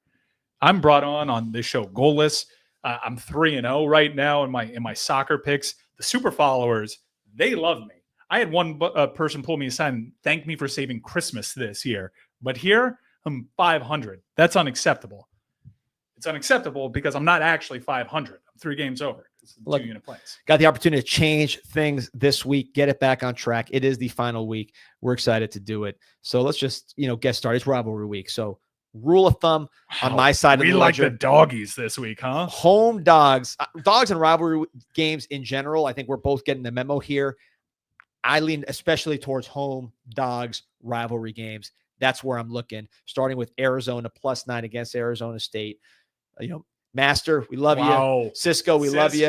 The whole Arizona State crew that we tailgate with at these games. We appreciate all of you. We want Arizona State to be back, but it's a little early. The hype train, the rat poison is flowing with Arizona State. Dude, Kenny Dillingham is a crazy person. He's a crazy person. I like it. Did you see his eyes? Straight up scary. Locked in, man. He's one of the boys. He was partying with the fans. One of the other wins. Look, when the field's rushing, or the fans are rushing the field multiple games, you're having a pretty good season. I've never seen goalposts torn down with a second left on the clock. I've never seen that before in my entire life. And you have. Yeah. We're never going to tear down goalposts here at Miami ever, right? We are never going to rush the field. Because it's beneath us, but also I'm pretty sure if I rush that field, I get shot by. I have one scenario. The national championship game is at Hard Rock. No way. Not in a post-Copa America world. No way. I was gonna say because of the nature of the stadium. Look at how the police treated Tyreek Hill when he was going to work. Yeah, but I don't know. It's a lot of fans. Yes, the goalposts are safe. The goalposts might not be safe in Tucson because Arizona is at home in Tucson, the home place of the great Linda Ronstadt. And Arizona would have been the favorite before the season if you would have bet this game. You got your quarterback, you got your wide receiver. So the team is not what you thought it was going to be, but there's still talent there. Arizona State still has holes, even though they've been doing very, very good job masking those holes, accentuating the positives. I like Arizona home dog rivalry game. Do you really think that we can get away with storming the field at Hard Rock? No, I wouldn't. No chance. I would never even entertain it. I'm like, no, thank you. I like my legs. Yeah, that Orange Bowl, I think, was the last time against UCLA. Yeah, we could have done it in the OB. We could have done it in the OB because there were already people kind of standing on the field there. There's no way you do that there. And it's far, too. It's like it's not even right on the field. You got to walk a little bit. No, it's not worth it. Man, what happens if we rush the field? Chaos in that place. You'll probably have the Colombians falling down from the AC vents. You see Tinalau crush that guy rushing the field against Georgia Tech, too. Yeah. You got to worry about those guys, too. I don't want any of that smoke. I'm going to go with Georgia Tech. I've been looking forward to this game all year long. Why? Because I believe in Georgia Tech. And I'm a UGA doubter, so I'm putting my money where my mouth is. Although I'm a little worried. This is a big line. What are they trying to tell me with this line over here? Let's rewind to last year. Georgia, they're not allowed to campaign for the CFP because they're reigning 2-time champs. And I guess FSU is already complaining about what they see on the horizon. They have an opportunity to send a message to the CFP committee. And what do? They go to Bobby Dodd Stadium. They play Brent Key's Georgia Tech Ramblin' Wreck, and they only win by 1 score. It was an 8-point game last year, folks. That was a much better Georgia team than we have this year. That was a worse Georgia Tech team than we have this year. So I'm doing the math. That was a 1-score game. I know it was at home for Georgia Tech, but their style of play travels. They can control the clock elsewhere. I think this is just too many points.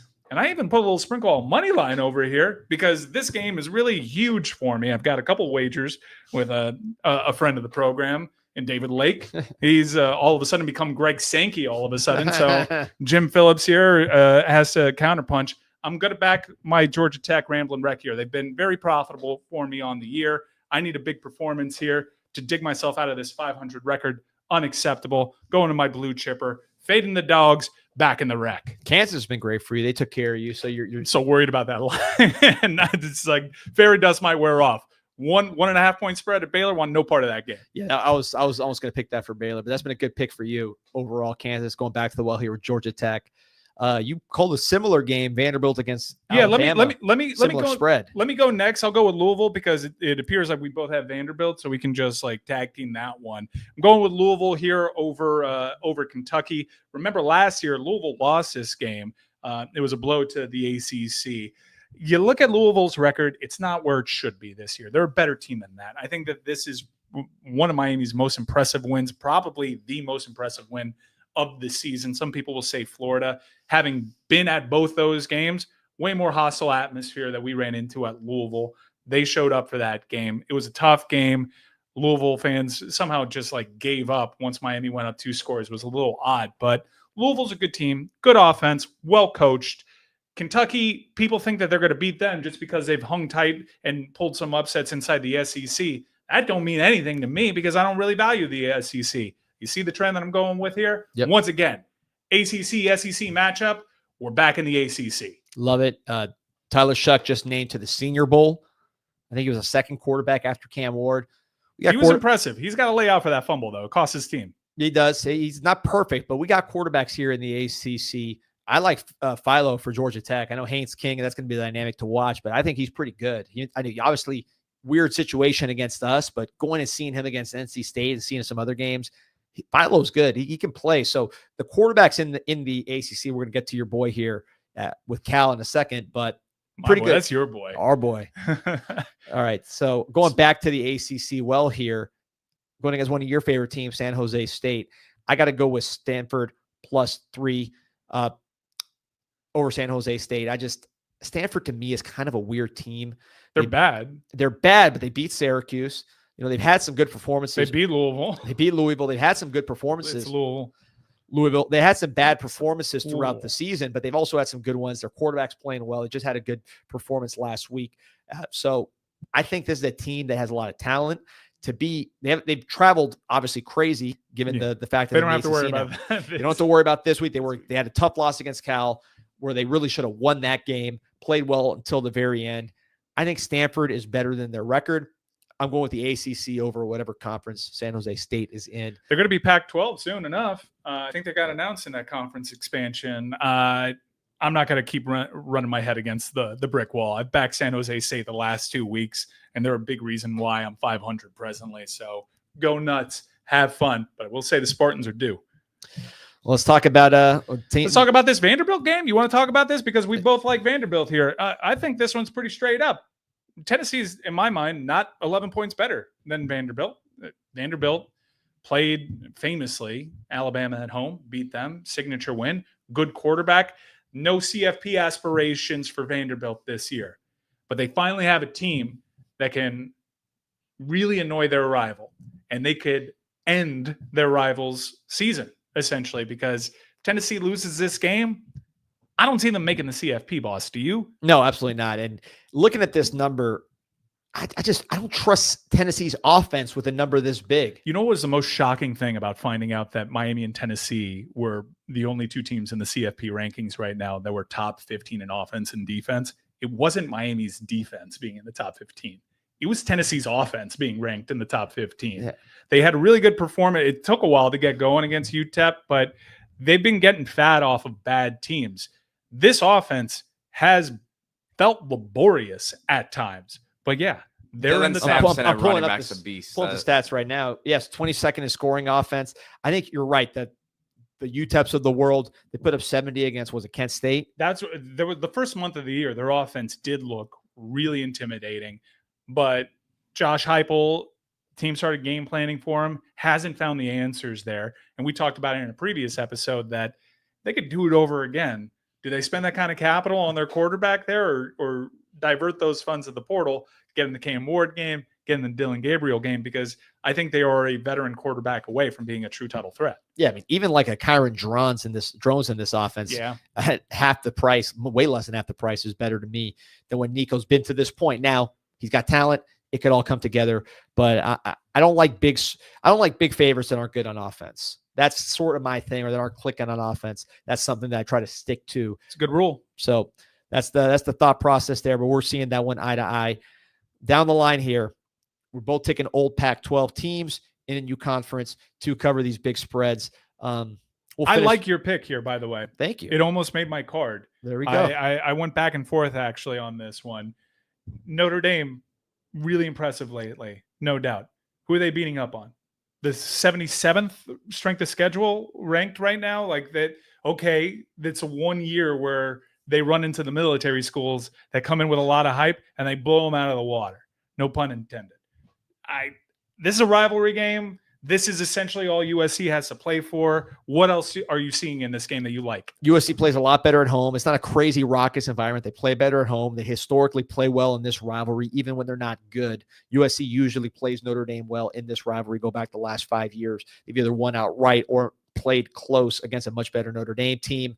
I think, like you said, Notre Dame's been picking on these service academies, which we've gone over on the show. Just a bad matchup for the service academies because it's strength on strength, and Notre Dame just has bigger, faster players to play the same style. USC, different style. They're going to throw it more. They're going to play a different style. Their defense is much improved from where it's been in the past. I just think this is a classic rivalry game, road dog or home dog, underachieving team. Win-in scenario for Notre Dame, and they haven't really been tested lately. They get punched in the mouth. Sometimes it benefits you to be a team like Miami that you've had to find a way week in, week out. You're challenged.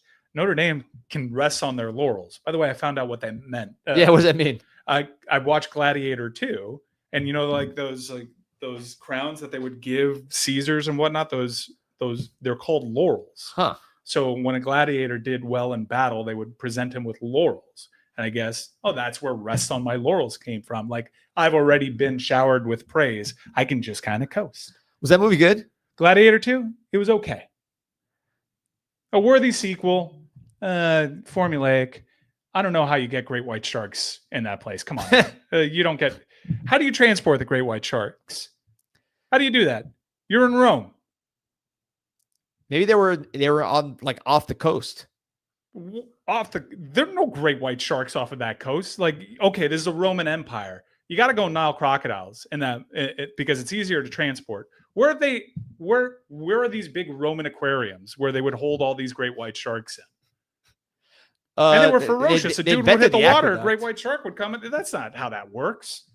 I was reading about the first Gladiator, and they actually took stuff out because it would look unrealistic, even though it was actually historically accurate. Like, apparently the gladiators used to do like product endorsements and product placements in the Coliseum, and they wanted to include it. But then the testers and the test audience was like, this is ridiculous. Like, take this out, even though it was in fact true. So maybe this is one of those things that's so crazy, it doesn't seem true, but is in fact true. Roman historians in the chat, let us know if we got that one. I'm just happy that they made it because I really like Gladiator. I rewatched it. It was a worthy sequel. It's a little ridiculous, but strength and honor, all that. Like it was fun enough. I saw Wicked after it, and I loved Wicked. Wicked was great. Yeah, that was those interviews were kind of bizarre. What, the Ariana Grande? Yeah, the interview tour, a little. Yeah, it was a bit much. Yeah, I'm not sure what's going on with that whole dynamic, but yeah, you give it a good review, Wicked. It was a great movie. That's practical sets, man. I'm a big fan of practical sets. Yeah, to see something, feel something. Like, look, this right here, that's real wood. Like that counts for something. That's what kills Star Wars, I think. Everything's on the green screen. Like, there's no life. You have all these Marvel cinematic movies, and it's all just like blurry to look at, and everything's so purple. Like, give me something real that I can feel. Wicked's what a movie's supposed to feel like. Transport you to another world that doesn't look like all the other movies that try to transport you to another world. All right. I also saw Heretic. I saw that one by myself in the theaters yesterday. Yeah, you got a problem. What? Doing that? Yeah, just psychological, social. Do we watch a weird movie like that by yourself? You should watch The Coffee Table. I saw that one by myself. What's that about? Google it. Coffee Table. Pete, you know what The Coffee Table's about? I saw him talking about it on Twitter the other day, and I read the Wikipedia. It's don't give it away. I wouldn't read it out loud. Don't read it out loud. You can just look at it in your. A lot of you folks are going to be entertaining on Thanksgiving. You know, to have family over. You want to avoid political discourse. Maybe you're worried something might pop up in an NFL broadcast. So here, take my advice. Gather the family in front of the TV and put on The Coffee Table. All right. I'm backing Cal here. I think that's too many points. And, at one point, I'm going to catch SMU on. The ACC is going to catch up. You don't just run roughshod in your first year, Rhett Lashley. You can't avoid the dumb one. This is your dumb one. I think Cal can win that game straight up. I know we don't talk politics on this show. We don't, but I'm curious about the Mendoza dinner table with a Cuban out there and Cal Berkeley coming back home. I was lucky enough to meet a lot of his family. Mendoza had like hundreds of family members at that game. And anytime I bumped into any of them, I'm like, you got to share this family recipe for a burrito. This is the greatest burrito I've ever had. But how can you not love that kid? The passion after the game. Seems like we've talked to our friend George Sedano, friend of the program, guest on Hurricane. He thinks Mendoza's got a hell of a media career in front of him, and that just jumps off the screen whenever this kid speaks. Kirk Cousins vibes. Kirk Cousins going to be on Football Night in America. Was he on Football Night in America this past week? That guy's got a great media career ahead of him too. Great singing career. Have you heard him sing hymns to his kid after a playoff loss? Very heartwarming. Yeah, well, he's not often singing to him after a playoff win. Mendoza's 11th in the country in passing yards. That's right now, surprising, right? Which I saw that stat the other day, and it really jumped out to me. I mean, he's made big leaps. What'd your Google turn up on the coffee table? Curious. It was very milquetoast description. I got to be honest with you. Well, they don't want to give away the main plot line. Yeah, they just said they bought a coffee table and like hijinks ensue. Yeah, it is a dark comedy. Did you read the Wikipedia page? Because it has the whole plot there. Yeah. No, I mean, I'm doing a podcast. Trigger warning. Like you may, if you actually search out this movie, you're going to find something you don't like. Let's go with my song of the week. Let's do it. What was my song of the week? Oh, it was Busta Rhymes, right? Yes. Thank you. All right. So I believe this sounds like Kanye produced it. Kanye's on it, and I don't think he's doing much rapping on it. Classic sample. I actually wanted you to listen to this so you can tell me the sample that it was, because I imagine you love the source material. There's been a lot of debate after Kendrick Lamar dropped his album, The State of Hip Hop, who the best rapper is. I'm in the Peter Rosenberg camp. And when you think about guys that know hip hop, you think about me and Peter Rosenberg. I think Kendrick Lamar is the greatest MC ever. I think the albums already back it up. But I ran into lots of pushback. And look, I don't want to start a fight in the comment section. You're entitled to your opinions. If you like Biggie, Tupac, Jay-Z, those are all fine choices. Miss me with the Lil Wayne stuff, though. But Lil Wayne's in this song. Q-Tip is in this song. Great MCs. And for my money, the most underrated MC of all time is Busta Rhymes.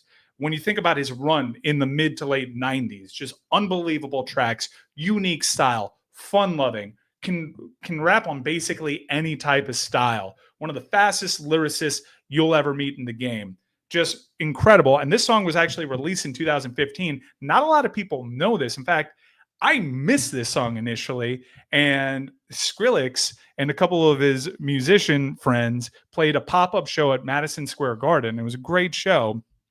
They dropped this track, mix it into their set.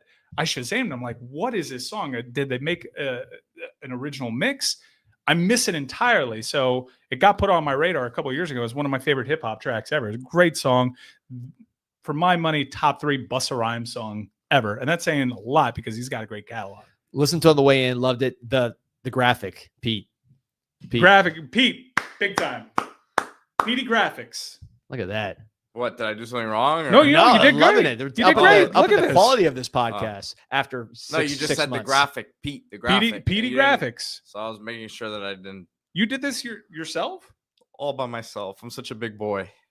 Well, I don't mean that. Well, I can understand how you thought that was a backhanded compliment, and I apologize. No, I'm yeah. I mean, I just threw a little something together, you know.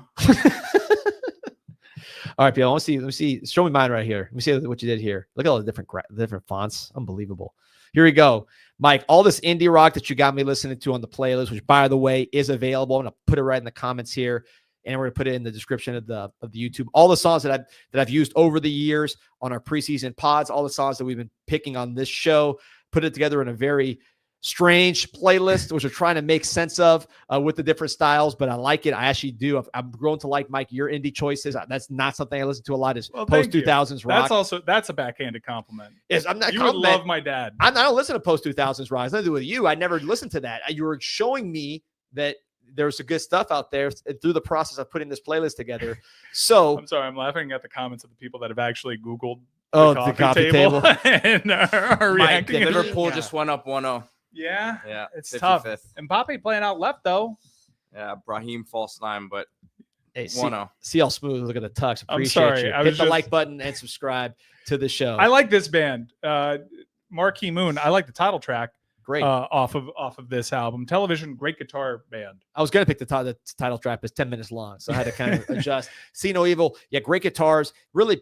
They're a punk. They're from that punk scene of New York City. Obviously, we're going to New York here to play this game in a couple days, so I want to keep it a little New Yorky. They come from that scene, but aside from the singing, it's not that punky to me. Much more just old school rock and roll with a modern style of guitar playing and arrangement thrown on top of it. The interplay between the two guitars, something different than what was popular at the time. When the Strokes came out, I heard them get compared to this band. That's when I went back and listened to them and discovered them, because the Strokes were always getting compared to them, and I see the comparison. Are you a big Strokes guy? They're okay. And that, that first album, great. Second album, pretty good. After that, pretty poor in my book. But the first album, great. And we used to play that. We were in a band, and that was one of the songs we played, is Someday by the Strokes. You were in a band? Oh, we were, pretty much a sensation in the South Miami area. We played. I wasn't in this band with you. Me and my band, we played club. This is the first I've heard of this. We're on the cover of the Sun Sentinel. Let me call my boy to text me this picture so I can put it on the next podcast. What was the name of your band? 28 Shots. We're on the cover of the Sun Sentinel. More specifically, I was. They photographed everybody in the band, but the bass player, for whatever reason, was on the cover. It's what they chose, photography wise. It's the backbone of the band. But yeah, so we played in Oxygen, which used to be the Chili Pepper. I don't know what it is now. It's in like the Mayfair area. Yeah. You know what I'm talking about? Yeah. So the band depressing to visit. We actually opened up for the band, that guy from Star Wars, Oscar Isaacs. That's his name, really? Right? He had a ska band. You opened up for his Blinking ska Underdogs. band? They were this. Well, like not like we. They were the. You've been hiding this information. It's again. I'm gonna pull that. You opened for an Oscar Isaacs ska band. We did. We didn't know them, the Blinking Underdogs. We just happened to be booked on the same bill, and they were bigger because of their age, I would say. But we did play Someday. So I had a little bass solo. Dun dun dun dun dun dun. That was me. D Money opened for Oscar Isaacs ska band. How many sets at Boogies? We never got to Boogies. I know some of the band played a little Hoolies. I might be going to Boogies tonight. Like, that's a traditional thing for Miami. Like, before on the Thanksgiving. Yeah, it gets crazy right out now. There. Say Kane's insight to me, and I will give you a big thumbs up. That is your grand prize. There you go. Try not to talk to me because I don't like that. Hey, but playlist. If you are a person who happens to like indie rock, 90s rap, country from the 1960s, and Assorted Soul. Did you talk to Oscar Isaac? No, I didn't know it until later. I read about him. He was giving an interview. He's like, I was in a band called the Blinking Underdogs. I'm like, I remember opening it for those guys. I hate ska. So they were sick. Their ability was ska awesome. Pro wrestling Cooper, Peter, was there a professor or a teacher in Columbus named Mr. Cooper? Mr. Cooper. He was the saxophonist. You were hanging with Mr. Cooper? That guy was playing the sax, the Columbus music teacher. Reference. So Columbus people in the chat, they might know that name. Have you ever seen that famous wrestling sign? Ska and pro wrestling are the only true art forms. Oh, no. It's a great sign, which leads us to Wrestlers of the Week. Who's going first? Should have been Sami Zayn with the ska, but I'll go first. I will go with Paul Heyman. Returned. What's your favorite match of his? Good question. I'm trying to think.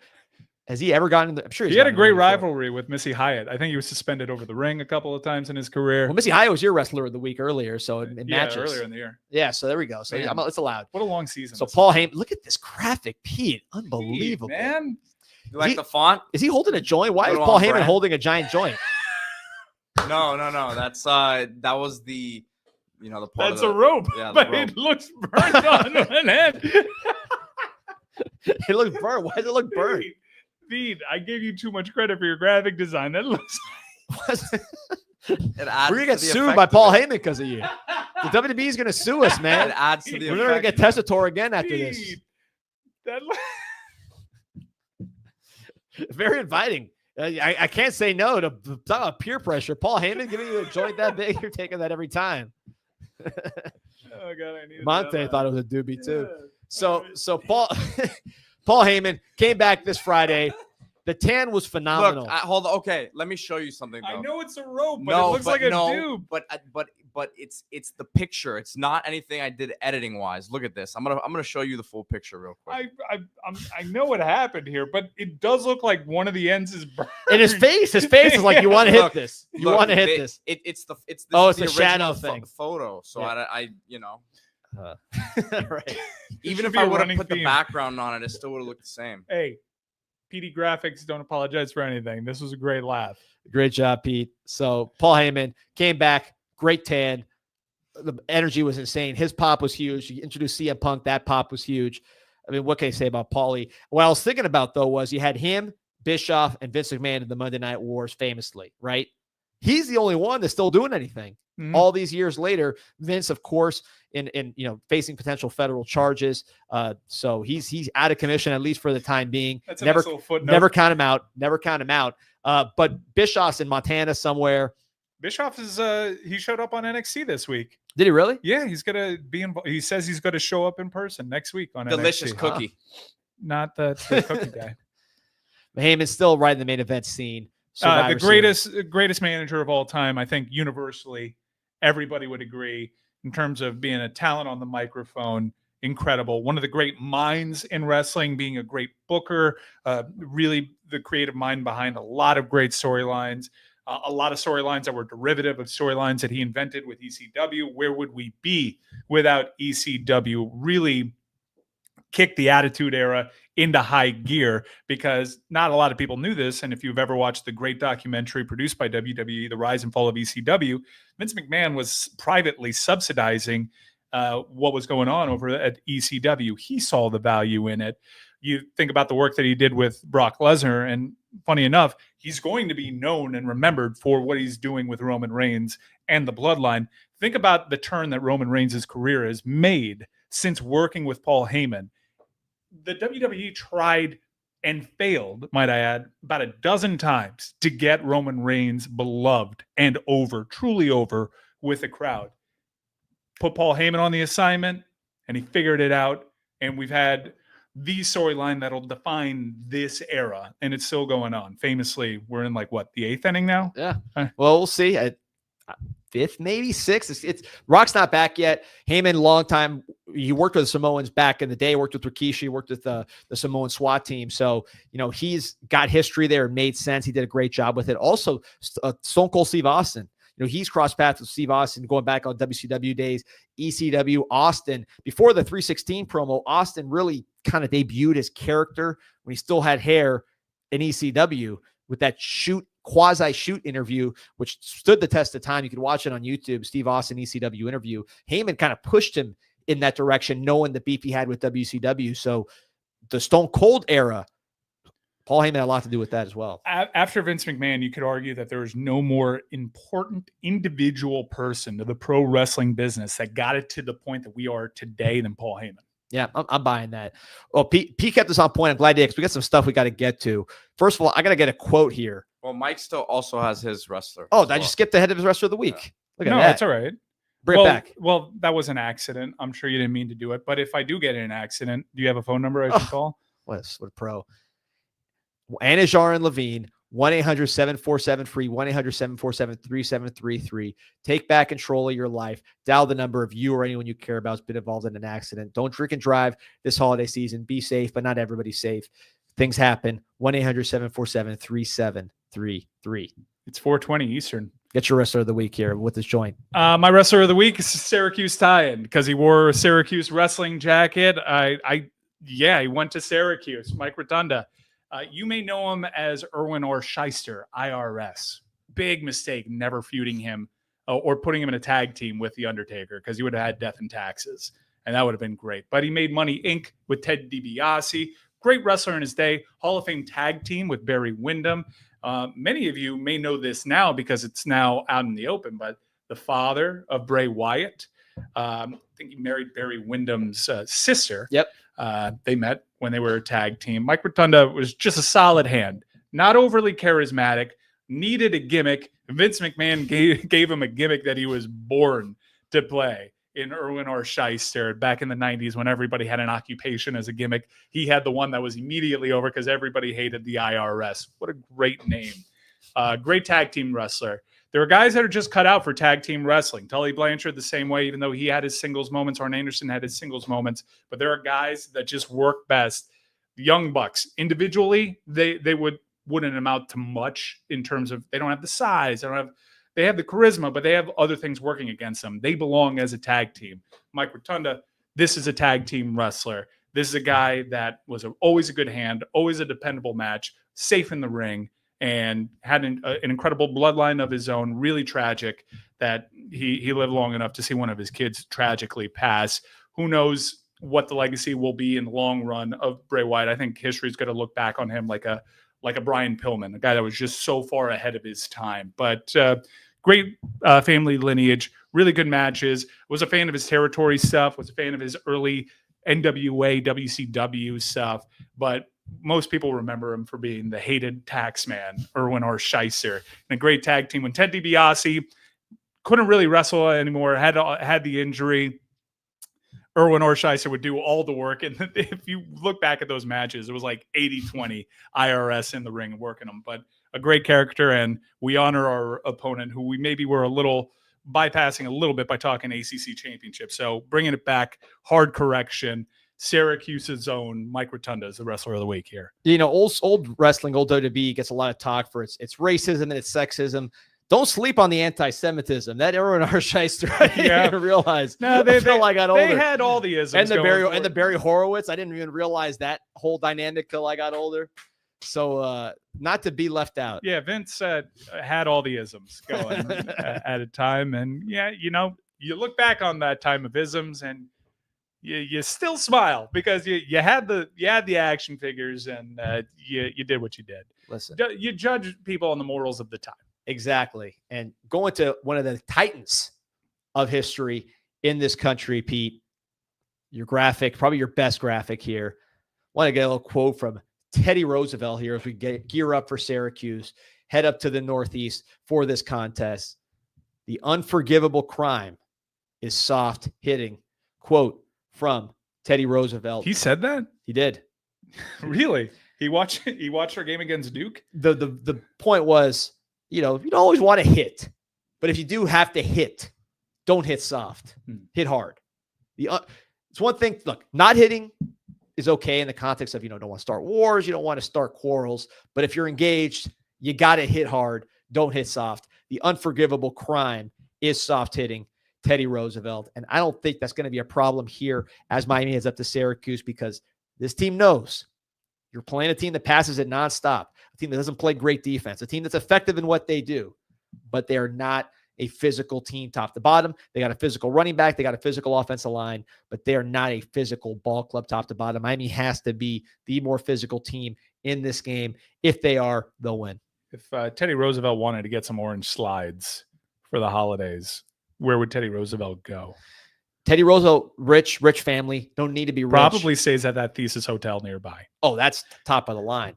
But you don't have to be Teddy Roosevelt to be able to get the absolute premium gear at the Miami Hurricane Team Store or MiamiHTS.com. We got all kinds of deals here as we gear up for Thanksgiving, starting with the Thanksgiving sale. Of course, Thanksgiving's tomorrow, 30% off online on Thursday. Next day's Black Friday, 30% off online and store-wide on Black Friday. Get ready for unbeatable holiday deals. Yeah, this Thanksgiving, 30% off online on Thursday, then Black Friday, 30% off online and in-store, right next to the Thesis Hotel. And if you don't take advantage of those deals, Insight 20, get your 20% off your first item all year. Gear up. Get ready for the winter. Get ready for Christmas. I know you're doing the Christmas shopping early for some of these folks. Miami Hurricane team, store Miami HTS.com. Also want to talk about Canes Connection, which sign day's coming up. We didn't get to recruiting too much on this one. We will talk recruiting nonstop, including the marathon pod on Wednesday as we get past the Syracuse game here. But Canes Connection, cause close to our heart. You want to go after the absolute best in the portal. You want to go after the absolute best in the class. You got to be rocking with Canes Connection /CIS. Get 20% off your first month. Look at all these deals here. CanesConnection.com/CIS. It's a must. Is that smoke coming from the original graphic or something that Pete put in? Pete, learn that how to do that smoke. That'd be nice. Do it with the Paul Heyman joint graphic. Yeah. But anyway. You all right, Pete? Yeah, I'm good. You good? I'm we? good. Hey, are we winning? Are we winning on Saturday? Charleston Southern, they listen. You talking about men's hoops? Oh, that was I thought you were talking about the basketball rough team. weekend. That was a rough weekend last weekend for men's hoops. That was tough. I feel like you lied to me. I feel let down.